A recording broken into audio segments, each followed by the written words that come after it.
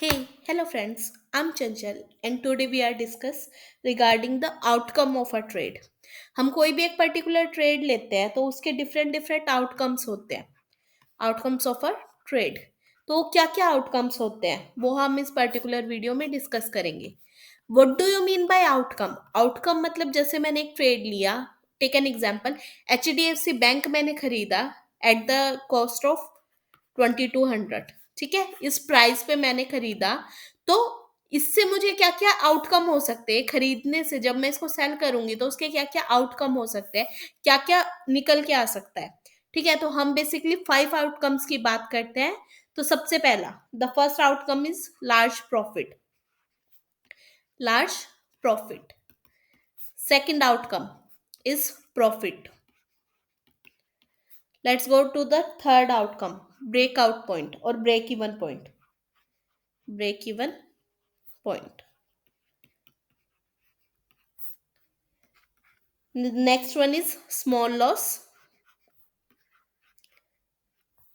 and last one is big losses. चलो इसको अब वन बाय वन समझते हैं. लार्ज प्रॉफिट मतलब कि बहुत सारा हम प्रॉफिट अर्न कर रहे हैं. अभी मैंने खरीदा इसको 2200 पे और मैं इसको सेल कितने पे कर रही हूँ? सेल कर रही हूँ नियर बाय 2800. ठीक है, तो ये क्या हुआ मेरा? Large profit. कौन सी कैटेगरी में आ गया? लार्ज प्रॉफिट की कैटेगरी में आ गया.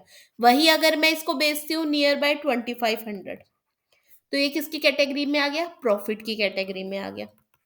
ठीक है, देन मैं इसको बेच रही हूँ एट द सेम प्राइस जिस पे मैंने खरीदा उस पे ही मैं इसको बेच रही हूँ. तो वो क्या आ गया? वो आ गया मेरा ब्रेक इवन पॉइंट. मतलब ब्रेक इवन पॉइंट कौन सा? जहां पर मुझे ना ही लॉस हो ना ही प्रॉफिट हो. ठीक है, मतलब cost is equal to price. मतलब जो मेरा प्राइस है वही मेरा कॉस्ट हो, ना ही मुझे लॉस हो नॉर प्रॉफिट. नेक्स्ट है स्मॉल लॉसेस. ऑफ कोर्स आप कोई भी शेयर मार्केट में ट्रेड कर रहे हो तो आप हमेशा ये होता है कि हाँ भाई मुझे लॉस हो सकता है. 2200 का है, 2100 पे मैं इसको बेच देती हूँ. 100 रुपीज का क्या हुआ? मुझे लॉस हुआ. Next one is big losses. मैं एक्सपेक्ट करती हूँ यार ये 2200, ठीक है, 2200 रुपये का मैंने खरीदा है, 2100 तक ये चला गया है, 1900 तक चला गया है, 1800 तक चला गया है. ठीक है, तो मैं क्या करती हूँ यार? स्टिल वेट कर रही हूँ. I am still waiting. मैं देख रही हूँ कि हाँ मार्केट अभी उठेगा, अभी उठेगा, अभी उठेगा. एटलीस्ट मुझे कॉस्ट है वो निकल जाए मेरी, मुझे से ज्यादा नहीं चाहिए. तो ये क्या है मेरा? ये मेरा है बिग लॉस. बिग लॉस मतलब मैंने बहुत बड़ा लॉस बुक करूंगी एट द एंड. क्या पता ये शेयर उतना वैल्यूएबल ना हो, ये बहुत ओवर वैल्यूड हो. तो वो क्या होता है? Big loss.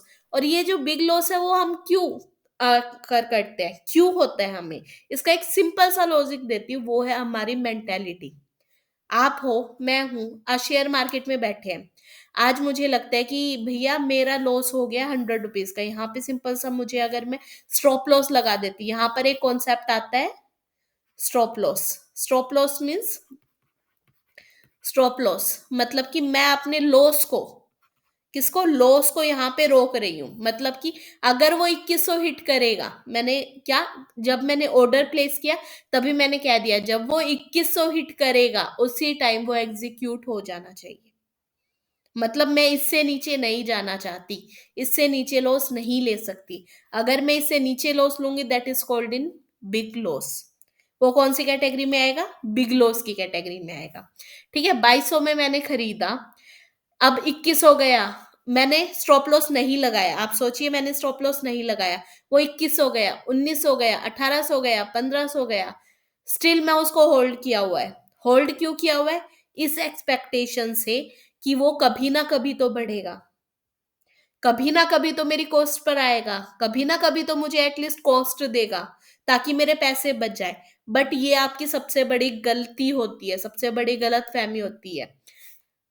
Take an example, कोई भी पर्टिकुलर शेयर है, आप शेयर ले लीजिए. मैंने यहाँ पे जैसे HDFC शेयर लिया है, वो शेयर मेरा 1500 तक चला गया, 1400 तक चला गया, बट मैं उसको स्टिल नहीं बेच रही हूँ. ये इतना क्यों गिरा? There may be some issues. मैं यहाँ पे यस बैंक का एग्जांपल लेती हूँ. 210 के आसपास ट्रेड करते हुए सबने देखा होगा. और मैं 2 या 3 साल की बात करूँ, आज उसका प्राइस कितना चल रहा है? 13 रुपीज. इतना ज्यादा वो गिरा है, और लोग अभी भी अटके हुए हैं वो 210 रुपए पे। उनको ये समझ ही नहीं आ रहा है कि शेयर आर टोटली गोन, जा चुका है वो अब शायद 210 पे कभी भी ना आए, या फिर अगर, मैं ये नहीं कहूंगी कभी भी ना आए, अगर कंपनी अच्छा फंडामेंटल्स दिखाए, कंपनी ग्रोथ दिखाए, ऑन दैट कंडीशन वो 210 पर भी जा सकता है, because yes bank has a reputation, yes bank has a customer. और इवनली अगर आप गूगल पे की बात करें, फोन पे की बात करें, वो कौन सा यूज करते हैं? By default yes bank he use करते हैं। आप अपने गूगल पे को खोल के देखेंगे ना, जी पे आपने खोला तो वहां पे आपको दिखेगा, आप कोई भी पेमेंट करोगे तो स्पॉन्सर कौन कर रहा है? यूएसपी, जो हमारी आईडी होती है, ठीक, यूपीआई आईडी जो हम बोलते हैं, वो किसके थ्रू स्पॉन्सरिंग हो रही है?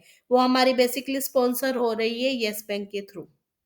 यू कैन चेक इट, इस फैक्ट को आप चेक कर सकते हो।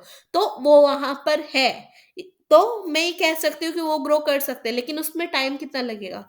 मे be 8 years, may be 10 years, may be 20 years, may be 30 years.